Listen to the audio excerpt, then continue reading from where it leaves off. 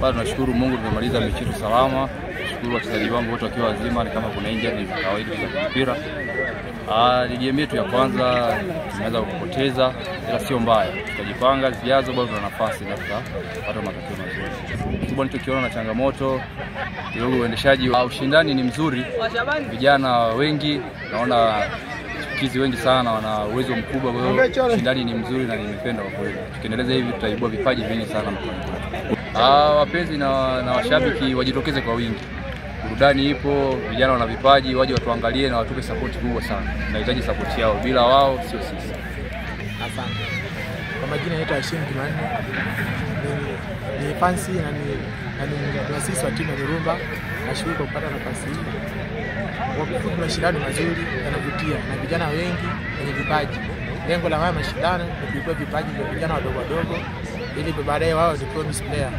Nashukuru na nimeona kitu kizuri kwa mashindano ya leo. Kwa sisi hajao bahati, ingawa tumejitahidi kadri ya uwezo wetu, ila naahidi kwa mashabiki wasitukatie tamaa, mechi ijayo tutashinda, kwa sababu kufungwa ni sehemu kujifunza. Tulipofanya makosa na tumejifunza, ndio kuifanyia zoezini, naamini mechi ijayo tutakuwa salama. Kwa majina naitwa Benedict Matazali Bonto, ni captain kutoka Singida City. Mchezo wao ulikuwa ni mchezo mzuri sana kwa sababu ulikuwa ni mchezo ambao una ushindani. Wenzetu walikuwa wamepanga vizuri, lakini sisi pia tulikuwa tumepanga vizuri. Sisi tunajaribu kupata maelekezo ya mwalimu, yale maelekezo ambayo mwalimu alitupatia katika first half ambayo tumeyafuata, na pia second half pia tulipatiwa maelekezo mengine, kwa tukaendelea kubaki katika yale maelekezo ya mwalimu. Kwa tunamshukuru Mungu ametusaidia katika maelekezo yale tumefuata. Tumepata nafasi moja basi tukatumia tuweza kuibuka na ushindi.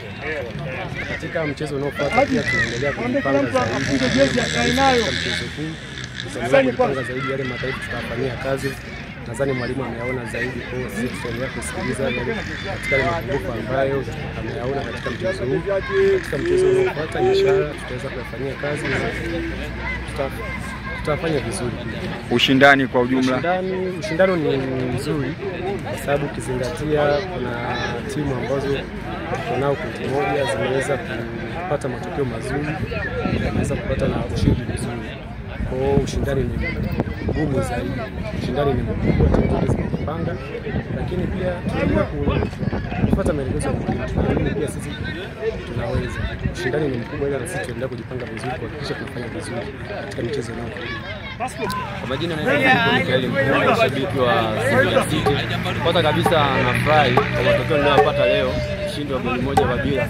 Nazidi kuhamasisha wachezaji wangu, benchi la ufundi, nazidi kuwapa hamasa, wazidi kuongeza vitu ili tuendelee kupata ushindi kwenye ligi yetu ya mkoa. Sina mengi zaidi ya hayo. Nashukuru sana kwa ushindi wa leo, alhamdulillah, tunashukuru.